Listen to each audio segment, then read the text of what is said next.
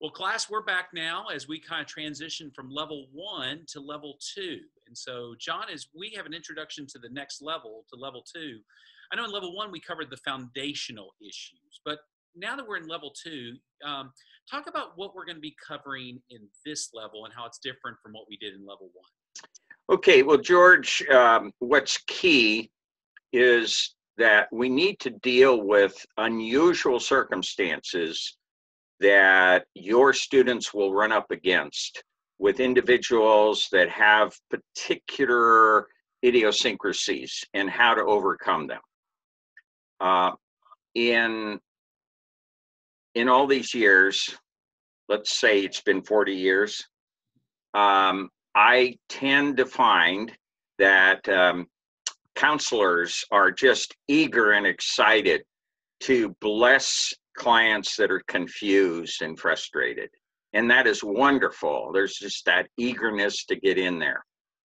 And unfortunately, I also find that counselors don't last very long doing this if they don't pay attention to a few things. And one of the sad things is all it takes is one client who maybe subconsciously has made it their business to ruin your day. That means they make you the victim. And here you are, you're all positive and you're going forward, and you begin to realize I am in deep mud here. And I'm slipping in the quicksand, okay? So what are the things, the telltale signs you need to look for, and how do you overcome them? The basic principle is you've got to assess how teachable this client is and only give them sufficiently what you feel they really need and not go more than that. I know you're going to have all kinds of exciting advice and information and persuasion and encouragement, but if that person gives you the signals that they are resisting, then you need to hold back.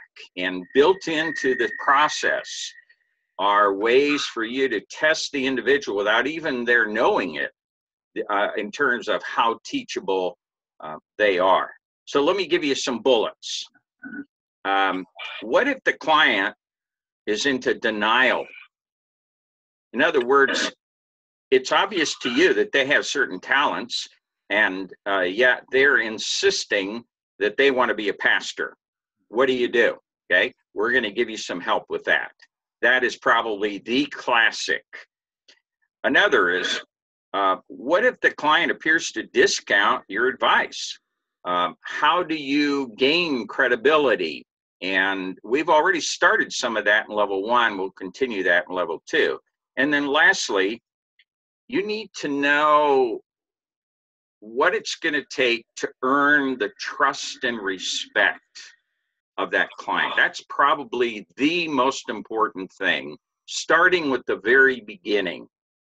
How do you earn trust and respect? If you haven't earned trust and respect by the time you get to the green spiral report, the career match report, your words are just going to fall by the wayside and just not be applicable.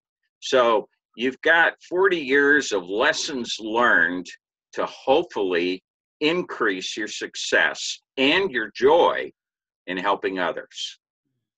I think that's about, if I can keep talking here, George, but I think that's a good enough intro for all this training.